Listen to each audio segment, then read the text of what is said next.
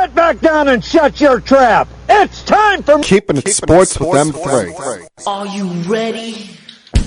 Are you ready? Well, I'll need some beer. Are you ready? You have to ask me nicely. Come on now, don't be bashful. Are you ready? Are you ready for Place for the best sports talk and news surrounding each league. I can prove it with my usual flawless logic. Hey, man, this time we're going to do it my way. What's your name again? And now, here's your host, M3, Mike Rosansky. Coming to you from Cherry Hill, New Jersey. It's time for Keeping It Sports with M3, powered by the Connecticut School of Broadcasting. Good afternoon, everyone. Hope everything's going well for you here on this Monday, the 10th day of January. Good to be back in the studio this week, unlike last week where we had to record this thing from home due to the fact that, well, we got, a slight weather scare. And I say slight because the reports as far as the weather, at least where I live, didn't turn out to be true. Now, that was a different case on Friday when I was driving from Freehold, New Jersey up to Carteret, New Jersey for work through about 1.5 inches of snow. And thank God that there was no true jackasses on the road. But that is a story for another day. You know, what really brightened up my spirits with that is the fact that we had our first week 18 of the NFL regular season history this past weekend. And, you know, I had long said this, that I, was concerned about going to 17 games over an 18-week span because I always felt 16 was a perfect number. And, what if you had too many games where nothing mattered? You had your cases of like Vikings, Bears, or, Giants, Washington. Hell, even to a certain extent, Packers, Lions, as exciting as that game turned out to be, just because the Packers knew they were the 1 seed, had nothing really to play for. It was just about getting Aaron Rodgers and Devontae Adams the proper amount of work so they weren't sitting there getting cold for 3 weeks. But besides that, you look around the sport over this weekend, things really thrived. You had a lot on the line, mostly on the AFC side of things. The NFC I'll save for a little bit, but on the AFC side of things, it was like everywhere, every time you turned around, there was something, deciding either playoff seeding or deciding someone's playoff livelihood. None more than, the 3 games to decide 2 spots in the AFC wildcard standings, because you went into yesterday with 5 teams locking up AFC postseason bids. And you had 2 wildcard spots open between the Colts, Steelers, Ravens, Chargers, and Raiders. And it was simple. It was so simple. It seemed so simple on paper for the Indianapolis Colts, All you had to do was win. That's it. The last 2 weeks, all you had to do was win 1 game. You had a couple of great victories against the Patriots and the Cardinals leading into these final 2 weeks. And what do? You lose at home to a Raiders team that seems to be like a cat and have 9 lives. And then yesterday, when you are a 15-point favorite, you go down to Jacksonville, who has nothing to play for. Hell, went into yesterday, their fan base was wearing clown costumes to the game to show their dismay toward ownership and how things have been run down there this year. Everyone involved with Jacksonville realizing that, you know what, it's probably better if we lose this game. And instead,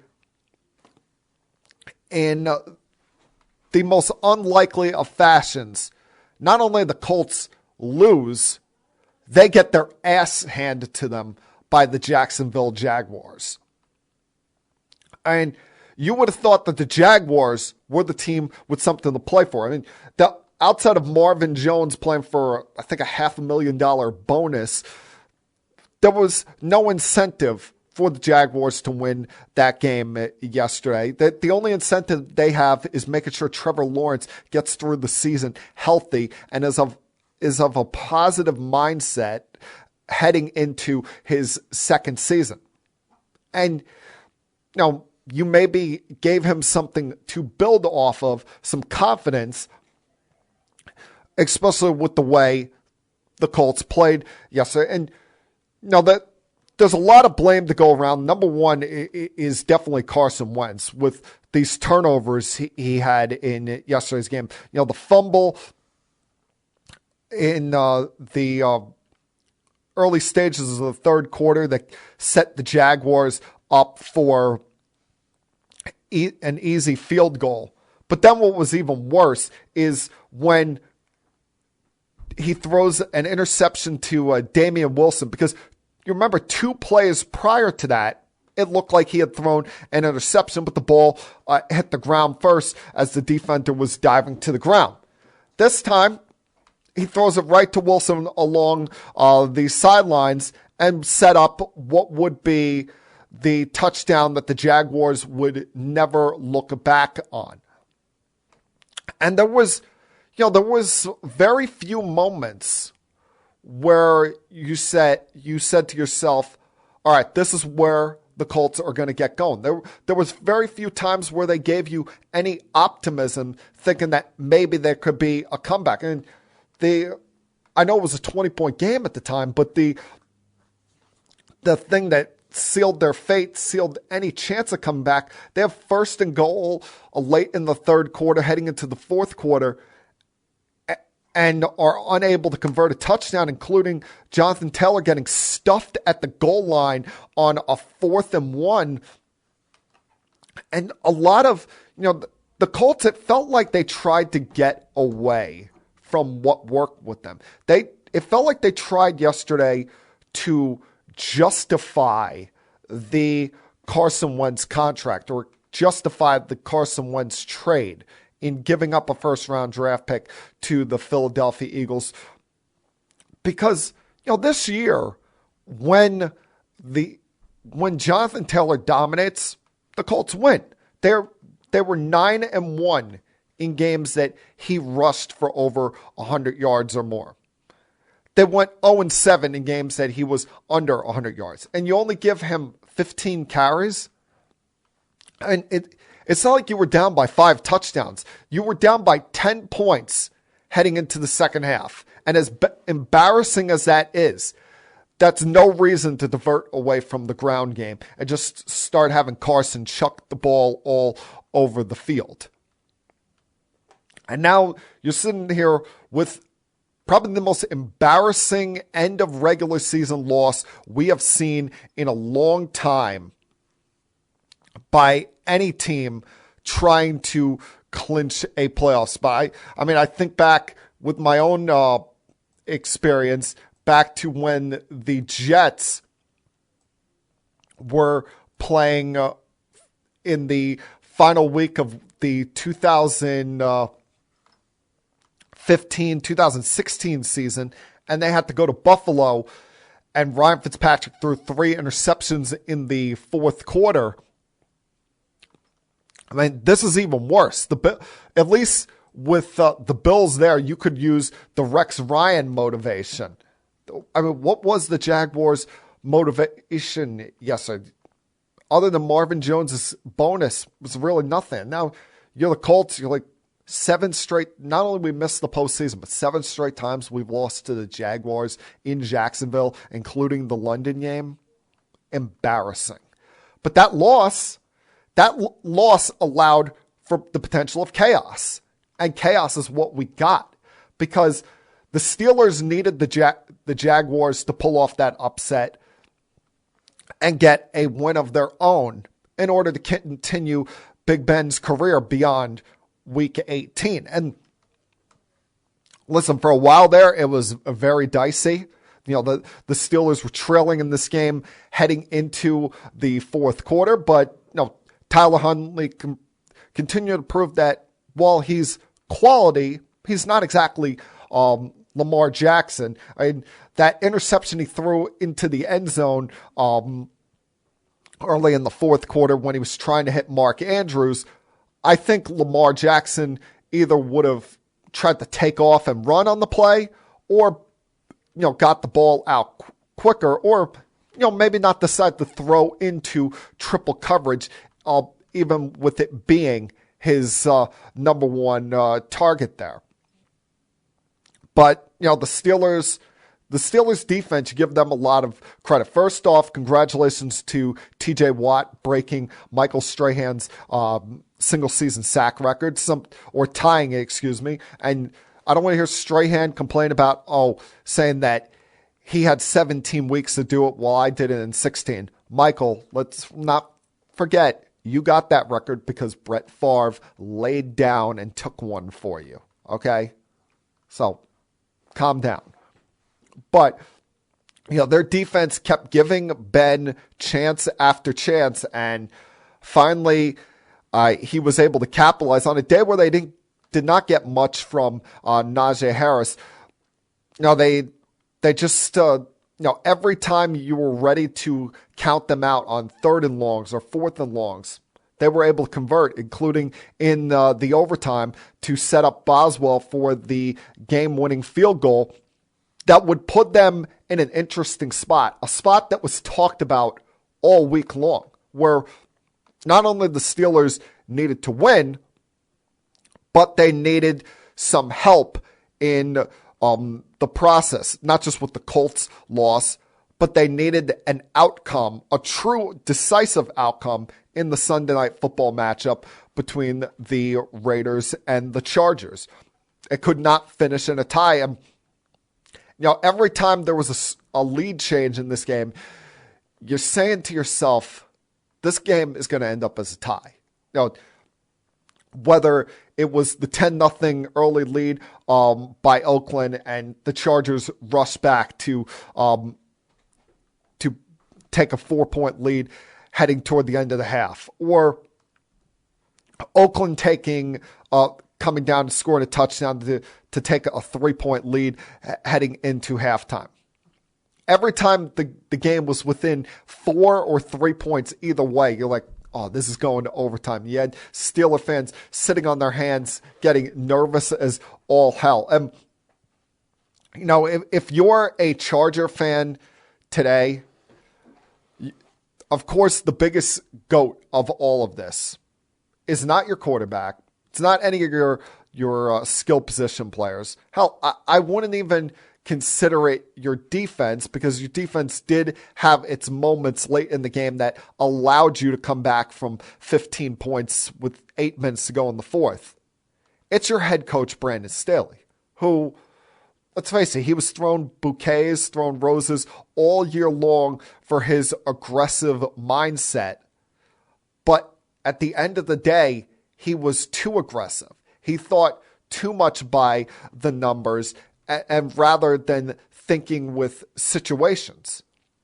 Because, the Chargers, worked their way back into this after Brandon Staley's stupidity early in the third quarter. I still, for the life of me, can't understand going for a 4th and 1 from your own 17-yard line.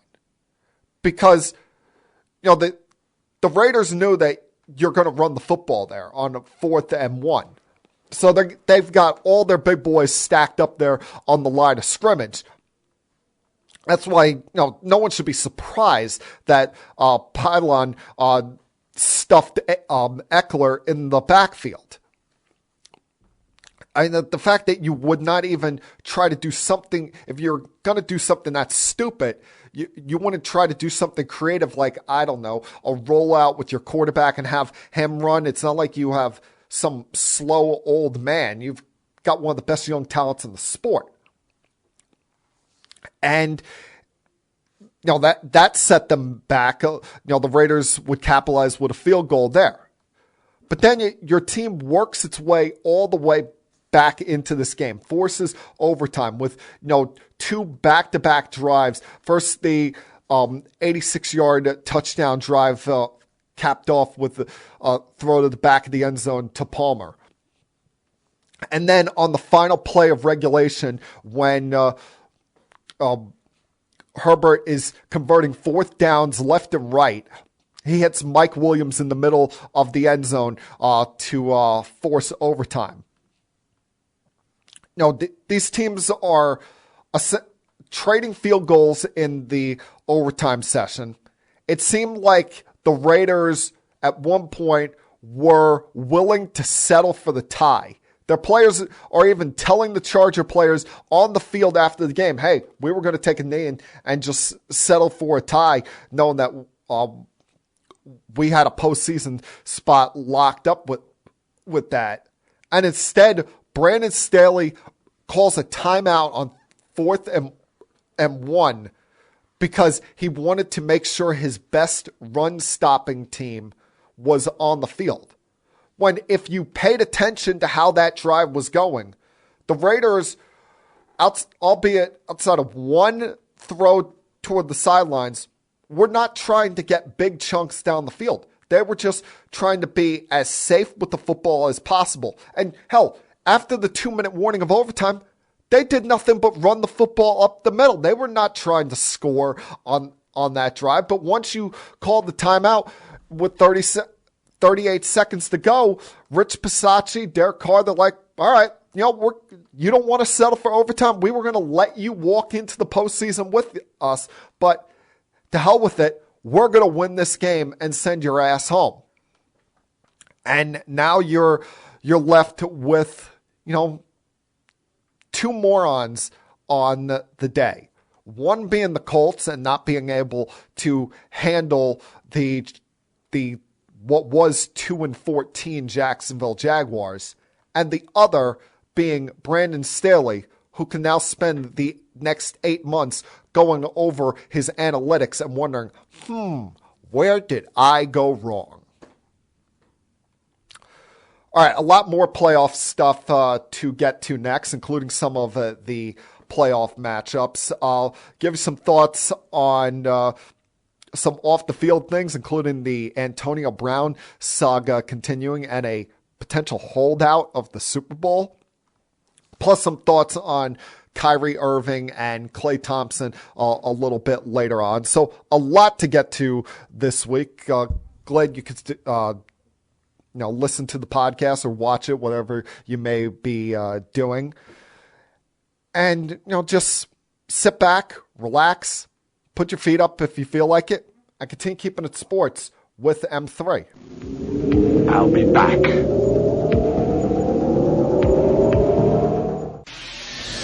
Connecticut School of Broadcasting founder Dick Robinson. The media business has changed a lot since we opened our doors in 1964. Now media content is everywhere. On air, online, on the go. More than ever, companies are looking for people to help drive this new media. At Connecticut School of Broadcasting, you'll get hands-on training on the latest software and equipment in a matter of months, not years. Connecticut School of Broadcasting has placed thousands of grads in broadcast media careers. It's all about versatility. You see, at a radio station, if you also know how to shoot, edit, and post videos, you become a pretty hot commodity. That's the training you get at Connecticut School of Broadcasting. Connecticut School of Broadcasting with locations up and down the East Coast from Massachusetts to Miami. Call 1-800-TV-RADIO or log on to GoCSB.com. Connecticut School of Broadcasting, the nation's oldest and largest group of broadcast media schools, redefining training in radio, TV, and new media. Get trained. Get connected. 1-800-TV-RADIO.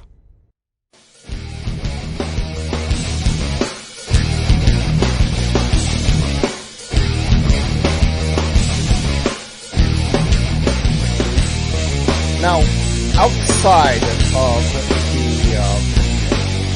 wild card spots in the AFC, there were other things up for grabs in Week 18. There were other things to sink your teeth on, other things to be intrigued about when it came to the final week of the regular season, including the number 1 seed in the AFC. And I thought it was very important for the Tennessee Titans to get the number 1 seed. And they showed you how important it was based on the fact that Derrick Henry was not active for this week's game.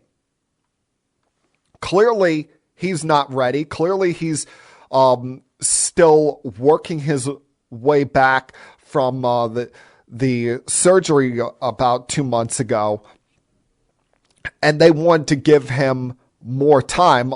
Otherwise, they would have activated him and at least given him some reps and not been concerned about possibly having to play wild card weekend.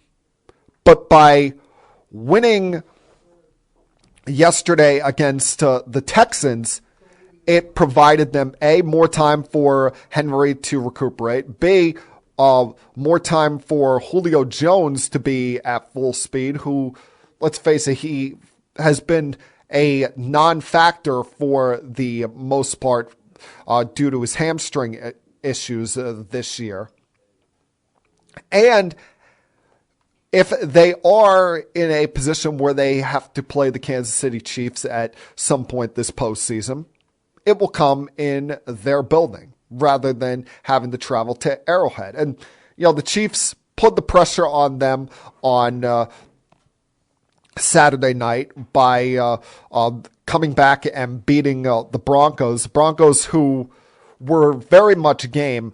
So, that's something I do like to see when, I have these like below average to crappy teams that are out of it, have nothing to play for, but battle their ass off to the end to, make someone's postseason chances a living hell. The Broncos in the end would turn out to be their own worst enemy because they had control of this game. Looked like they were going to go in and have a commanding lead for the final couple minutes, but Melvin Gordon, who had a great final game of his season, it will be more thought about the fumble that he had that allowed the Chiefs to take the lead late and never look back.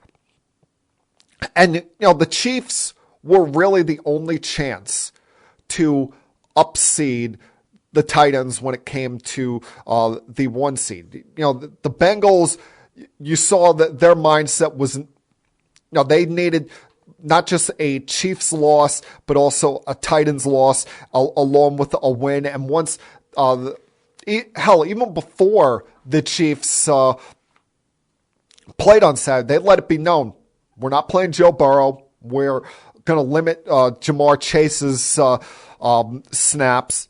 So they just wanted to prepare for their first game in the playoffs. They knew that the chances of them being the 1 seed were kind of slim pickings heading into Week 18. But things, were still up for grabs when it came to the AFC East. The Patriots, had to face their old demon, and that is going down to Miami to play the Dolphins, that, especially late in the season, has kind of been a house of horrors for them over the last several years, where there's just these unexplainable losses by the Patriots, including, remember that crazy, Hail Mary or crazy screen pass in the middle of the field in the final year of Adam Gase being the Dolphins head coach, that the Patriots would end up hurting them when it came to postseason seeding. But once again, another team that had nothing to play for in the Dolphins other than pride made things very difficult for Mac Jones. And it's funny. Everyone was throwing bouquets Mac Jones' way when the Patriots were on their 7-game winning streak. But now, recently, all of those people that were throwing bouquets Mac Jones' way have gone quiet. I mean, y'all realize that when they got to 9-4, through those first 13 games, he had only 11 turnovers. In the last 4, in which they are 1-3, he's turned the ball over 7 times, including 5 interceptions. But weirdly, no one wants to talk about that. Everyone wants to just hand him the offensive Rookie of the Year award. I wonder why. Maybe is it that Bristol is doing a little bit too much New England Patriots ass kissing? Kind of surprising. But even with their loss, their chances at winning the division were not very good. The Bills got the fortune of having a bye in Week 18 by playing the New York Jets, and would totally outclass them. I mean, don't be fooled by the fact that this was a 13-10 game heading into the fourth quarter. It never felt like a 13-10 game. The Jets defense, I give them credit, held up in the red zone a few times, but Allen and company were moving the football up and down the field all game long. And when you look and see a yards discrepancy of 420 to 53, yeah, you knew who was the better team yesterday. It was not as competitive as the early fourth quarter score made it sound to be. And in the end, the Bills would win and lock up their second consecutive division title by a rather easy 27-10 margin. Now in the NFC, there was not as much drama. You had a lot of battles for seeding going on with the Cowboys blowing out the Eagles on Saturday night. The Eagles showing that game was little to no importance to them. The fact that they put Gardner Minshew out there and sat most of their running backs. And then the Buccaneers, had a very ho-hum victory over the Panthers. The only things that were up for grabs were the NFC West and the final NFC wildcard game. And they kind of played hand in hand with each other when you had the Niners going up against the Rams, because a win got the Niners into the postseason. If they lost, they would have had to have hoped that the Saints lost to the Falcons. The Saints held up their end of the bargain, and the Niners and their fans were sweating it out for a little while there, especially when early on they're down 17-0. Stafford and Cooper Kupp are dicing up that secondary left and right. You have Garoppolo throwing as awful an interception at midfield as you're ever going to see. I mean, the defender caught it on his knees. He had enough time to stand up, call for a fair catch with how high that pick went at one point. And still, the Niners showed a lot of grit, showed a lot of guts, and worked their way back into this game.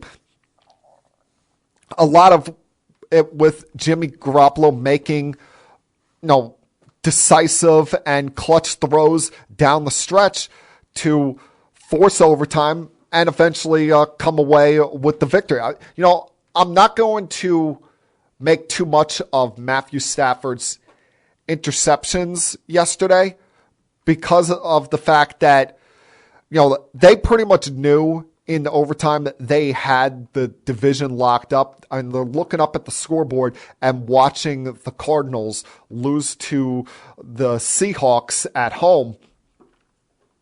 And the Cardinals continuing to be their own worst enemy, this time with it being a turnover on special teams. So, the Rams got what they wanted, winning the NFC West. The Niners got what they wanted, winning the final NFC wildcard spot, thus eliminating the New Orleans Saints. The one team in the NFC West that can't feel good about itself going or leaving yesterday is the Arizona Cardinals, who, remember, there was a point in this season where the Cardinals were 7-0. The Cardinals got off to this phenomenal start, looked like the best team in football, and now they're going limping into the postseason at 11-6, losing 6 of their final 10 games. Murray going in without his number one weapon in DeAndre Hopkins, and that they were, that they had the ball for long stretches in the fourth quarter yesterday. They had as good a chance to win this division with the Rams losing as you could ask for. And they continuously kept settling for field goals against a Seahawks team that, once again, nothing to play for, but pride and wanting to make a division rival miserable. And you have the ball for 10 minutes, 22 seconds in the fourth quarter, a fourth quarter that you went into tied at 24, and you do nothing but settle for field goals. I don't want to say dead man walking, because now they have 8 days to rest up before their next game. But you can't feel good if you're a Cardinal fan. I don't care if somehow, some way, J.J. Watt comes walking out onto that field. He hasn't played in almost 2 months. It would be more of a spiritual, motivational kind of thing at this point for him playing, rather than anything that he's going to actually add to the football team.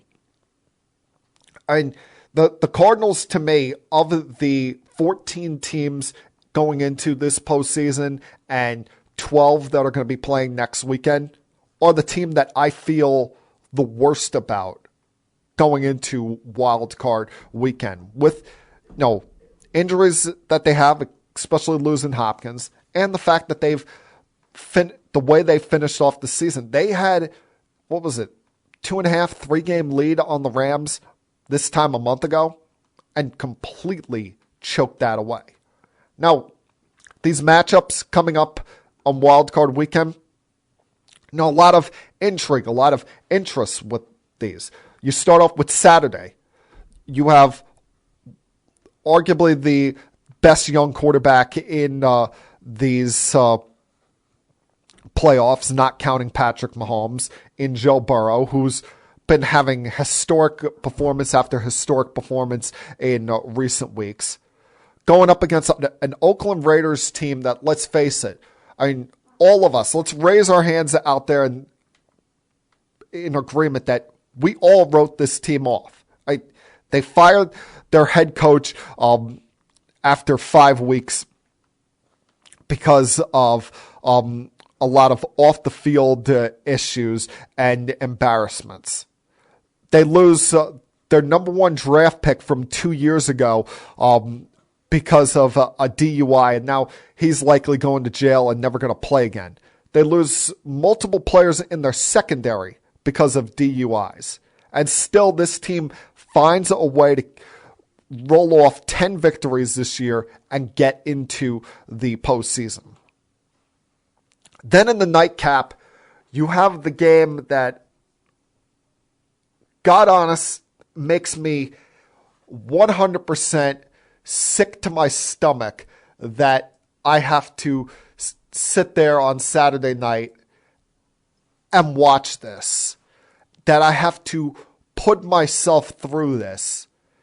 And that is when the New England Patriots go to Buffalo to play the Bills.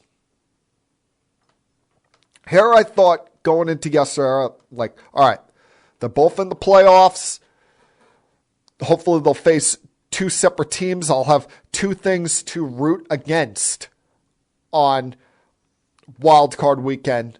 And instead, they are playing each other. So now I've got to pick between the happiness of rooting for the happiness of my good friend Brian the Fishman or rooting for my best friend's future wife, the great Jenna Walsh, who's a Patriot fan, but does not understand that there was a time before the Patriots won 6 Super Bowl championships with Tom Brady as their quarterback. There was a time where they were the equivalent of what the Jets are right now in the NFL.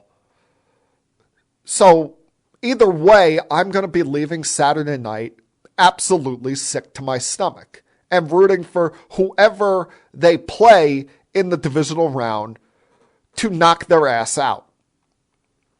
Hopefully more positivity comes when it comes to Sunday. I mean, Sunday, no, I'm not an Eagles fan.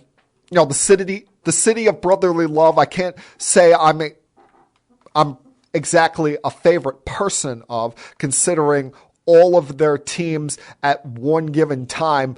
A team of mine is either eliminated from the postseason or has, done something that has just annoyed the living crap out of me. Like, I still to this day mock the Eagle fans for eating poo off the ground, horse poo off the ground, when they won their championship.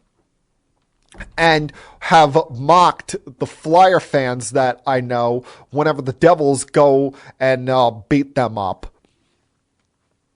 But I will be rooting for the Eagles on Sunday afternoon because my cousin-in-law Eric is an Eagles fan. And even though he's got that championship and the Eagles have done nothing but torment my New York Jets in the regular season over my lifetime, I root for Cousin Eric's happiness. I mean, he needs something to be happy about in his life.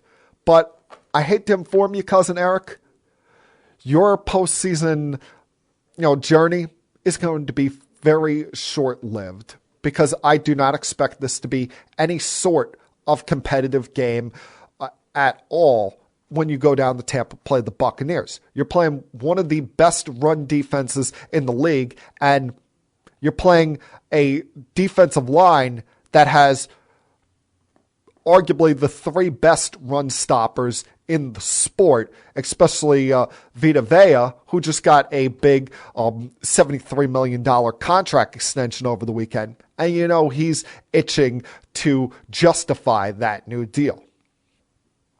But then you get, Cowboys versus Niners at 4:40, which I'm sure there'll be a lot of flashbacks, a lot of highlights to the 90s rivalry between the Niners and the Cowboys. And listen, this is a big moment for the Cowboys about proving to us that it's not the same old Dallas Cowboys that are going to leave you, that get your hopes up and then just disappoint you.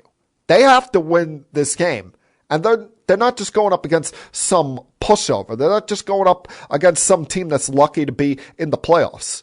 The 49ers are a real team. The 49ers, I've said this before, more so than any team in this postseason, they stick to what they're good at and are the truest to themselves of any of these playoff teams. They don't, just divert when things are going bad. They realize that we're good at setting up creative run plays and letting our defense back us up from there. So this is not going to just be some pushover for the Cowboys, unlike what I think Chiefs Steelers in the nightcap could be. As nice as it would be to see Ben continue on, the Chiefs have been on fire for the last 2 months ever since their 3-4 start. And then you have our first ever Monday Night Football playoff game between the Rams and the Cardinals, where, the Cardinals, as I said, there's no team that I feel worse about than the Cardinals heading into this postseason. Between injuries and the way they've played the last 2 months, not sure how you could have much confidence in this team, considering they had it right there in front of them to not just win their division, but potentially be the 1 seed in the NFC. And they let all of that choke away. Got to take another break here. Come back and there was more drama off the field with Antonio Brown, and another sign why maybe we should get all of our facts together before we make any comments.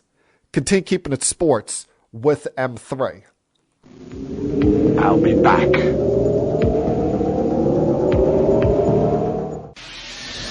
Connecticut School of Broadcasting founder Dick Robinson. The media business has changed a lot since we opened our doors in 1964. Now media content is everywhere. On air, online, on the go. More than ever, companies are looking for people to help drive this new media. At Connecticut School of Broadcasting, you'll get hands-on training on the latest software and equipment in a matter of months, not years. Connecticut School of Broadcasting has placed thousands of grads in broadcast media careers. It's all about versatility. You see, at a radio station, if you also know how to shoot, edit, and post videos, you become a pretty hot commodity. That's the training you get at Connecticut School of Broadcasting. Connecticut School of Broadcasting, with locations up and down the East Coast from Massachusetts to Miami. Call 1-800-TV-RADIO or log on to GoCSB.com. Connecticut School of Broadcasting, the nation's oldest and largest group of broadcast media schools, redefining training in radio, TV, and new media. Get trained. Get connected.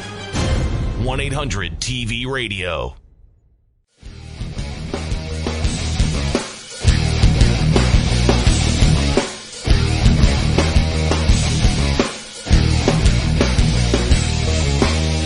I try not to be someone that is making statements of, hyperbole?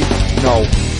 I always try to live, unless it's the New York Jets, try to live by a never say never philosophy. Because just when we think we can rule someone out, just when we think that someone's just going to disappear from the sports landscape and we think that they're done, they all of a sudden pop up somewhere else.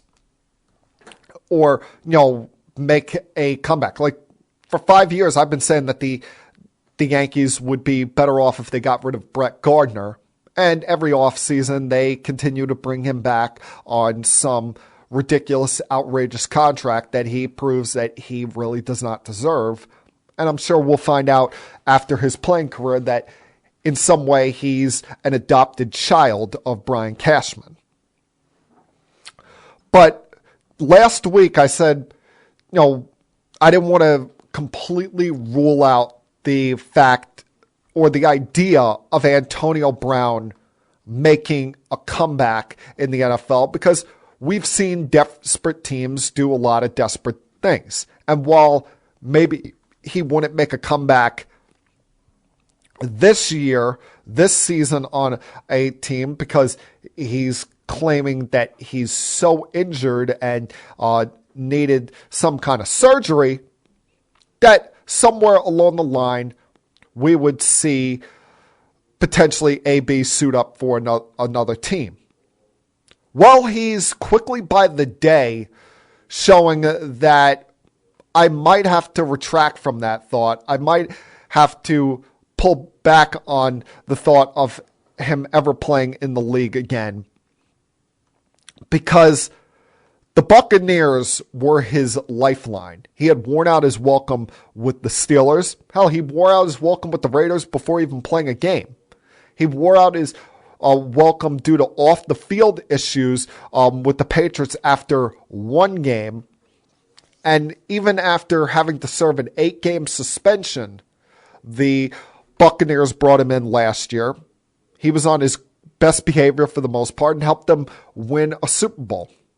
And then this year, even after lying about his vaccination status, getting a 3-game suspension during a time when he was injured, Bruce Arians was desperate due to injuries on the roster and brought him back. And even after last week's shenanigans, Tom Brady remained supportive of Antonio Brown. But now Antonio Brown, at a time where, as the days went on last week, he was starting to seem somewhat believable, somewhat, maybe his supporters seemed somewhat right about having his back. Especially when Bruce Arians seemed to have 3 different stories about the situation, including the one he said after the game where he went up to him and asked, "What are you doing?" And he said he's not going in the game. And Bruce told him to get the F out of here.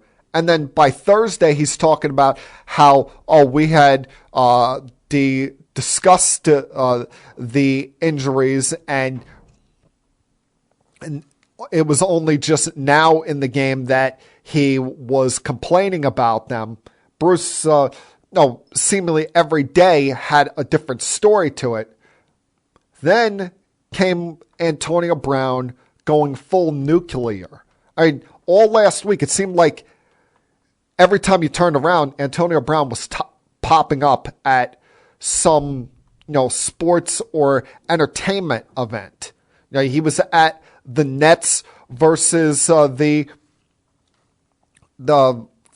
Grizzlies last week, if my memory serves me correct. I know he was at least one Nets game last week. I'm not sure if that was the game or if it was the game prior, but he was at the Nets game last Monday.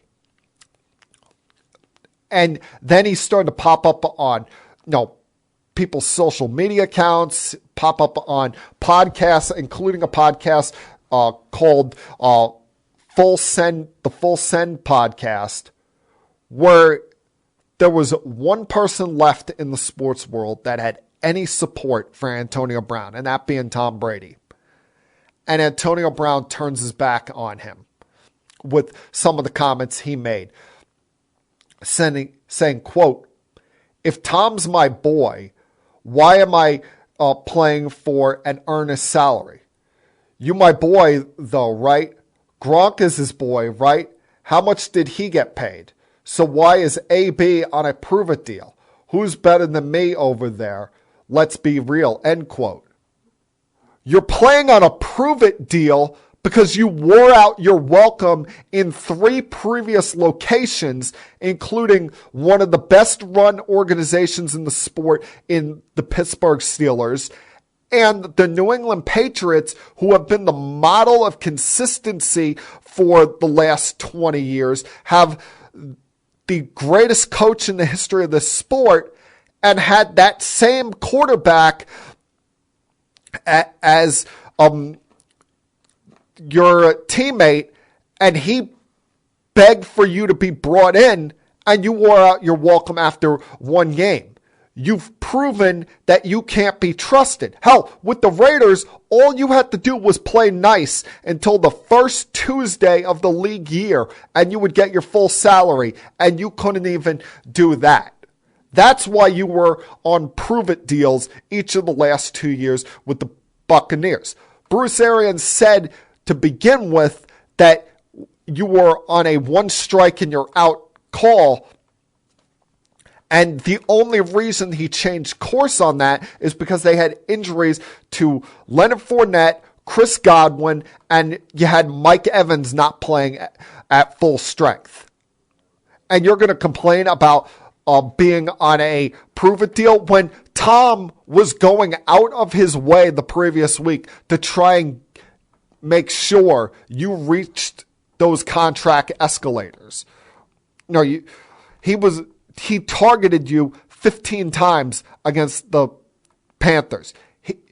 You had one half and one full game left to get 8 catches, 55 yards, and a touchdown, and you couldn't act on your best behavior. I mean, you were able to suit up and play the first half against the Jets, but then you turned into a spoiled little baby because you weren't getting the targets you wanted. You know, he would go on to rip Tom in that same interview, talk about praise that the media has for Brady, saying, quote, Brady can't do bleep by himself, but you guys going to make it seem like he's just this heroic guy. Bro, we all humans. Bro, we're all dependent on somebody else to do the job. Does Tom throw me the ball like Ben Roethlisberger? Let's be honest. A lot of respect for Ben Roethlisberger's career, first ballot Hall of Famer, but let's not compare him to the GOAT, Tom Brady, who's over his career turned chicken shit into chicken salad when it comes to some of the wide receivers that he's had to work with outside of Randy Moss. All right. Antonio Brown, like, he's just becoming such a pain in the ass. And I get these people that are out there that have podcasts that are having him on because they want to have listeners. Hell, maybe I would even consider of having him on if it meant, if I knew that more people were going to listen to him. But he's becoming less and less likable as the days go on, and just becoming so much of an annoyance that even if he does get healthy, why would you ever even think about trusting bringing this guy on your team? Because you know at some point there's going to be some kind of blow up.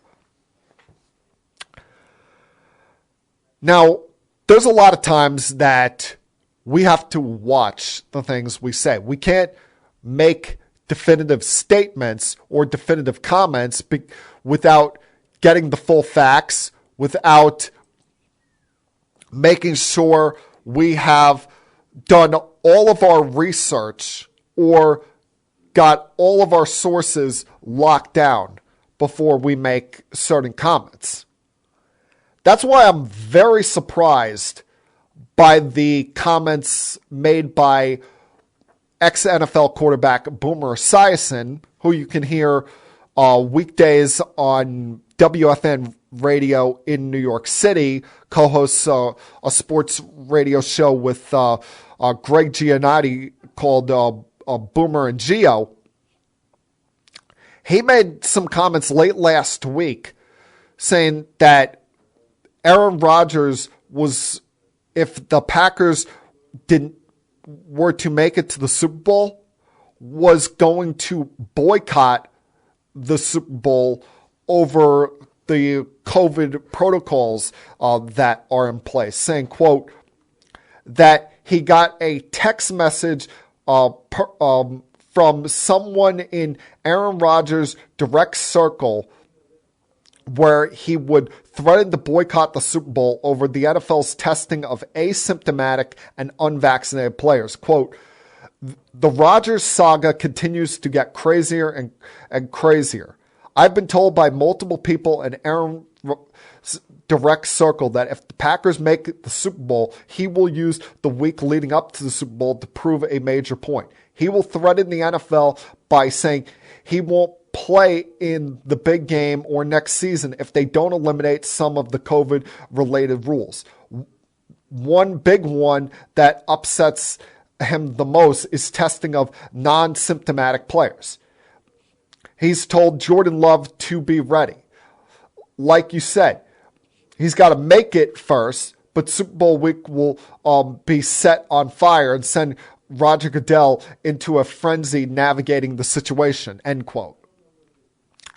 well, that would turn out to be a waste of Boomer and Gio's time, because they would later find out that day that it was a hoax, that text was not sent to him by someone in Aaron Rodgers' inner circle, rather someone that was just claiming to have knowledge on things. And I'm surprised that Boomer would fall for that. It's one thing if someone like me or someone else running a podcast through social media claimed to get that kind of information and ran with it here just to try and make themselves look relevant, just to try and make themselves look, somewhat important. But for someone that has had not just a long, successful NFL playing career, but a now well over 20-year career in the media, in Boomer Esiason to fall for, that was a bit surprising, and just once again a sounder, an alarm for all people that are inspiring, whether it's in radio or podcasting. Make sure you have all of your sources locked down, that you've double, triple checked things when you get what you think is a piece of breaking news or hot news handed to you, because you kind of come out looking like a bonehead if you are proven wrong in the end. All right, going to take another break here. Come back on the other side, finish things up with some thoughts on Black Monday, a quick thought on MLB, and a couple of returns in the NBA. Continue keeping it sports with M3. I'll be back.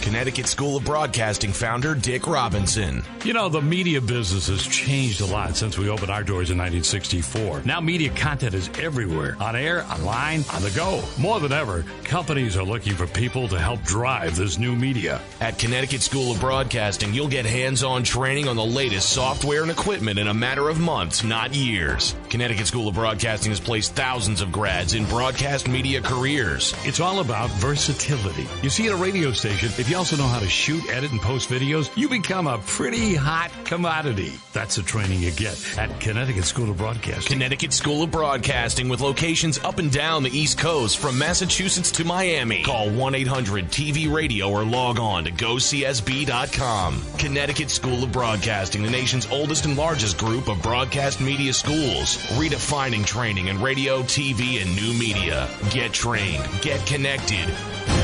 1-800-TV-RADIO.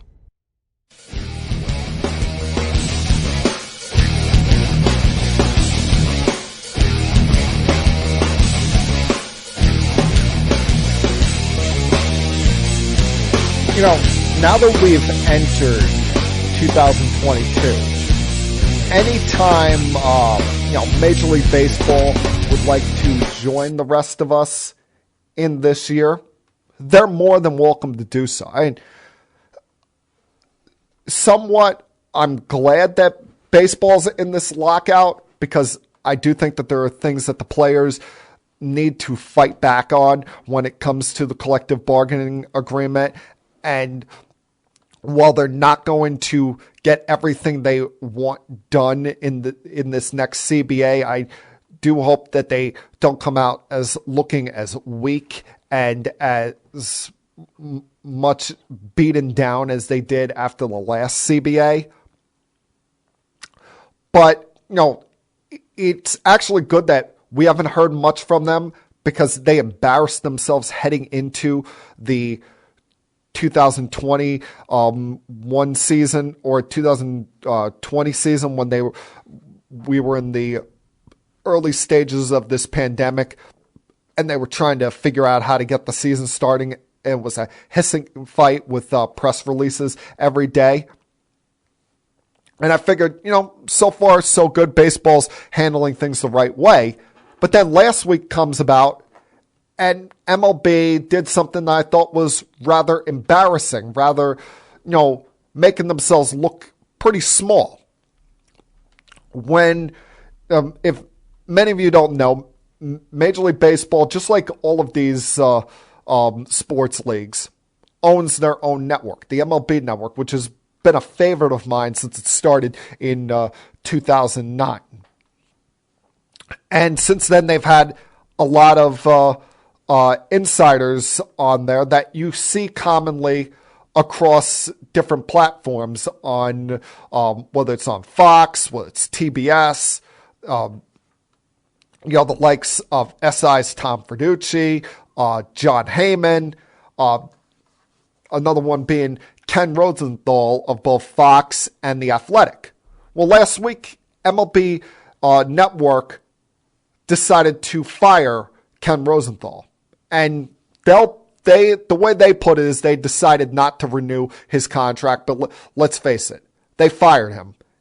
And in large part, it's reportedly due to the fact that he, many times in the last year, has had some harsh criticism of MLB Commissioner Rob Manfred in some of his articles in The Athletic, in particular during the negotiations to get the 2020 season started, so much so that there was a time where MLB more or less gave Rosenthal a paid suspension in 2020 by keeping him off the network for 3 months when he wrote columns analyzing Manfred's handling of negotiations over the season being threatened and ultimately shrunk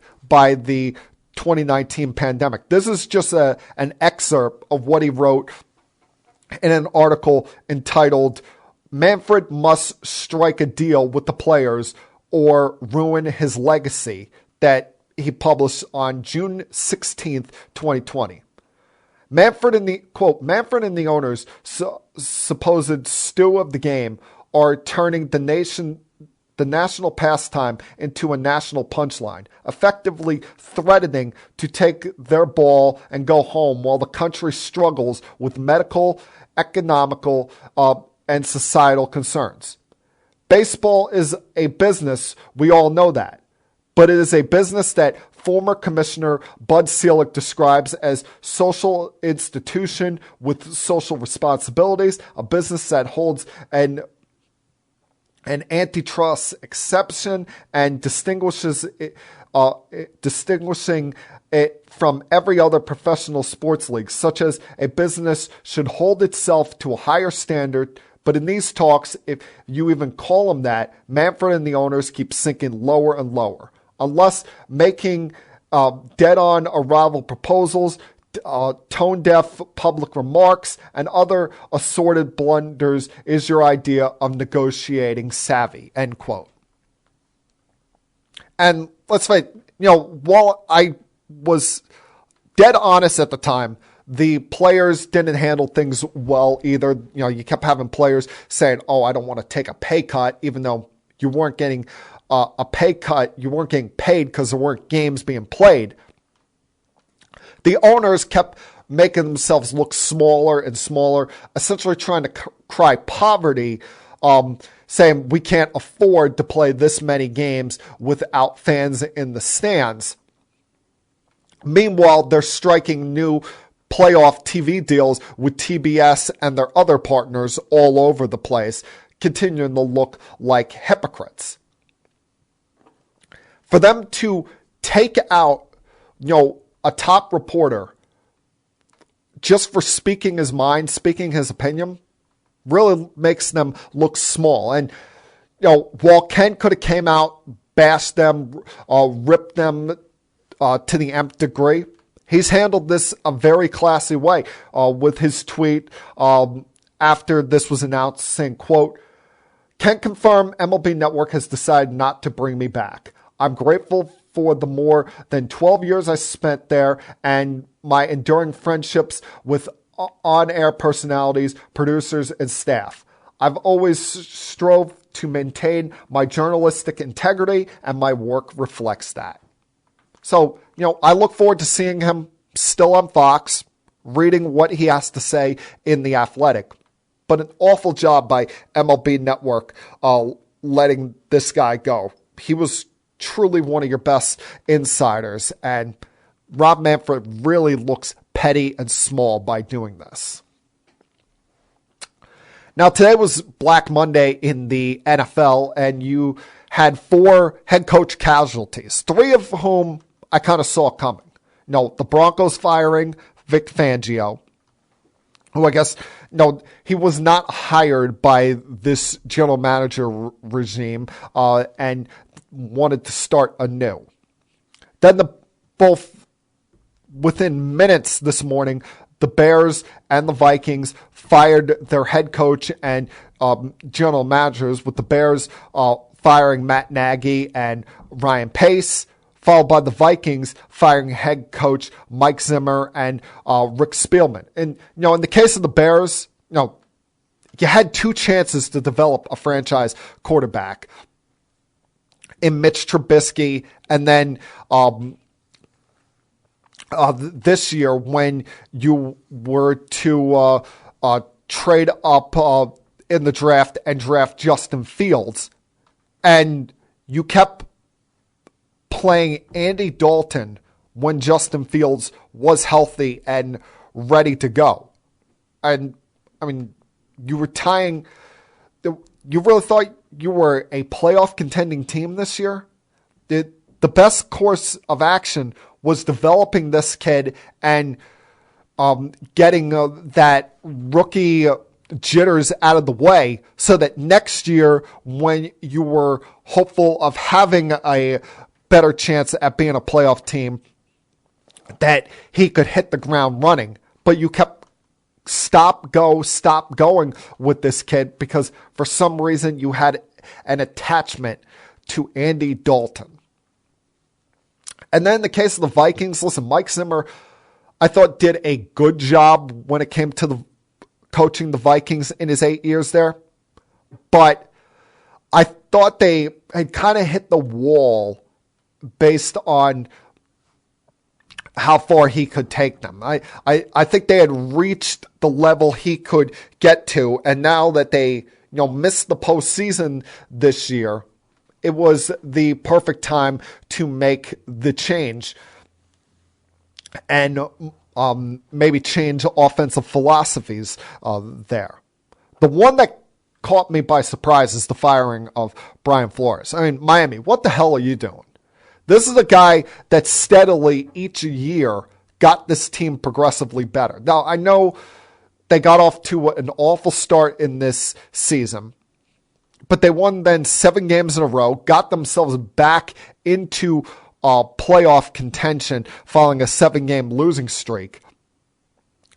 Each year, each of the last 2 years, he had winning seasons. Hell, even bouquets were being thrown his way by them going 5-11 in his first year, when that looked like a year that they were totally tanking it. He was able to get them to win 5 of their final 9 games. In total, he went 24-25 in 3 seasons. And I know he didn't make the playoffs, but I don't get it. I thought next year would have been the year that he was on the hot seat, rather than this year where, you had Tua Tagovailoa in and out of the lineup early in the season. You had your owner, dancing around with potentially trading for Deshaun Watson earlier this year. And that they may be big quarterback hunting going into this offseason with some of the big names that could be out there. I felt this was totally unfair toward Brian Flores. If you had given him next year and they had traded for, Deshaun Watson or Russell Wilson, and then they failed to make the postseason, then be like, all right, now you can make the change. But he had that team heading in the right direction. And I thought this was an unfair, unjust firing by the Dolphins, but hey, maybe someone else will reap the benefits of this. Now, you have in the NBA, you had a couple things that caught my eye in this last week before we close things out for this week. One, Julius Randle. What the hell are you doing? Getting into a war with New York Knicks fans. He pulled the same crap that Francisco Lindor and Javi Baez did with the Mets fans back in September. And I've long believed a lot of that is what led to the Mets not even trying to re-sign Baez in free agency and letting him walk straight to the Detroit Tigers. But last Thursday night, as the Knicks are on the way to making this great comeback against the Celtics, after being down by 25 points early, you have Evan Fournier having one of the best games of his career, and that's seemingly the only team that he does have great games against is the Boston Celtics. I mean, he's putting up career-high 41 points for you. And Julius Randle, who's had a down year by the standards he set last year, he decides to getting in a hissing war with the fans just because they had been getting on his case early in the game and in previous home games, that after a layup, he decides to give them a thumbs down and tell the fans to shut the F up. I never understand why players in any sport decide to do this with fans because, yes, there are those fans that decide to act like asses. There are those fans that, will give the crowd a bad reputation. But by and large part, I do think fans go to games with the right intentions in mind. Root for their team to win,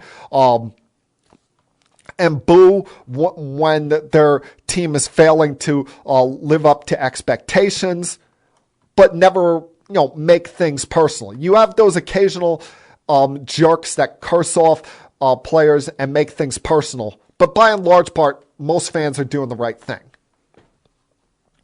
But Julius Randle, I mean, he must think that he's LeBron James or Kevin Durant or, some perennial all-star because, he has one great year, best year of his career, and he suddenly thinks that makes him above criticism, that he's beyond getting criticized. And I just don't get it. Why are you going to get into that kind of war with the fans, especially when you're making this great comeback? You have it end with this incredible buzzer beater moment by R.J. Barrett, who's been in and out of the lineup due to some health concerns and due to COVID, has not had the kind of season that you would expect from RJ. And you're having a down year compared to last year, and you're going to decide to try to completely turn the fans against you. I mean, last year he had best year of his career, over 24 points a game, shot 46% from the field, 41% from three. This year he's down 5 points a game. His shooting percentage is down 4%, and his 3-point shooting percentage has come back down to earth, which you kind of expected. He was a 33% 3-point shooter over his career leading into last year. And what would he do? He would follow that act up, even though he tried to make nice with it after the game. He would follow that up with a dud performance on Saturday night against the Celtics when they were without Fournier because he was battling a thigh contusion, without Kemba Walker, and not getting much scoring elsewhere, he goes 1 for 8 from behind the arc, and they would get smoked in Boston by that very same Celtic team. Got me interesting tonight. The little I watch of this game, because most of my attention is going to be on the national championship game, got me interested to see how the Garden crowd reacts to them tonight after that. One New York team that will not get to see one of its stars anytime soon unless he has a change in personal philosophy is Kyrie Irving. Now, Kyrie made his season debut last week against my better wishes, and he did look like Kyrie Irving in the 32 minutes that he played, gave the team a little bit of life. I was actually kind of surprised that they started him, considering it was his first game action of the year. I thought maybe they'd bring him off the bench and have him be a burst of energy that way. But, you saw that this is a different Nets team with him out there. And this is a team that with him, Harden, and Durant on the court together, they are seemingly unstoppable together. Now, the problem is going to become, something I've always been concerned about, and that's continuity with this team, having a guy that's only available for you in road games or games outside of New York City. His next one being tonight in Portland against the Trailblazers. But, the Nets have been on a little bit of a rocky play as of late. They've gone 2-4 of their last 6, and to start 2022, they have not played great defense. I mean, they're getting off to slow starts in games, and now they're giving up about 120 points a game, including yesterday where they needed to force overtime to beat the San Antonio Spurs, a Spurs team that probably doesn't have a player that would even start on the Brooklyn Nets right now. Maybe not even make the rotation. But they, fooled around too much and allowed the Spurs to remain in this game and force overtime there. And, hopefully either Kyrie has some kind of, change of opinion, or, that there proves to be some kind of validity to this plant-based vaccine that he would actually be interested in possibly taking. Because, I can't see the Nets winning a championship if you're going to have one of your 3 best players just be there 50% of the time. At some point, even if it works during the regular season, I worry that it's going to come back to burn them in the postseason, no matter what seed that they end up being. And let's close this out with a positive thing from last night, and that was finally the return of Klay Thompson, who for the first time in 941 days, first time since June 13th, 2019, Klay Thompson suited up and played for the Golden State Warriors, and it's been a long time coming for this guy. Remember, he tore his ACL in Game 6 of the NBA Finals against the Raptors. Missed all of the 2019-2020 season because the Warriors were just god-awful with the injuries to Steph Curry, and then when the season got shut down due to the pandemic, they were so bad that they weren't even worth inviting to the bubble. Last year, about a week and a half before the season was set to start, he popped his Achilles and was out for all of last year. And now finally Klay makes his way back and played rather well last night. Only played 19 minutes, but looked like Klay Thompson for the most part, with his range behind the arc, playing the stellar defense that we're used to seeing him play. And if he is even 75% of the Klay Thompson we remember him being, because it was a different world back then. Think of how much has changed in the 2.5 years since he played a basketball game. If he's even 75% of that Klay Thompson, the Warriors are extremely dangerous. I mean, they had the best record in the NBA without him. And now they're getting him back. They're adding him to that lineup with Curry, with Green, who hopefully will get over this calf injury soon. They haven't even gotten James Wiseman back yet. But now you're adding someone who's when healthy, anywhere between 10 and 20. Somewhere in the range of the top 15 to 20 players in this sport back to your lineup. That is a very, very scary proposition for the rest of the NBA to now have to deal with a healthy Klay Thompson and a healthy Golden State Warriors team. And that, my friends, was Keeping It Sports with M3 for Monday, January 10th. 2022. Everyone have a great night.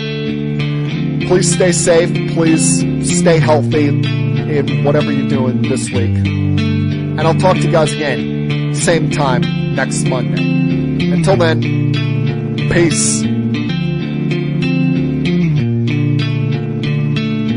We have to go. Good night, everybody.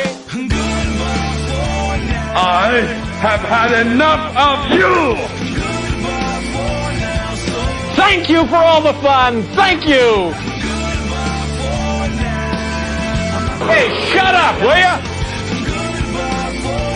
I don't want to see you. I don't want to hear you. I don't want to smell you. Now leave.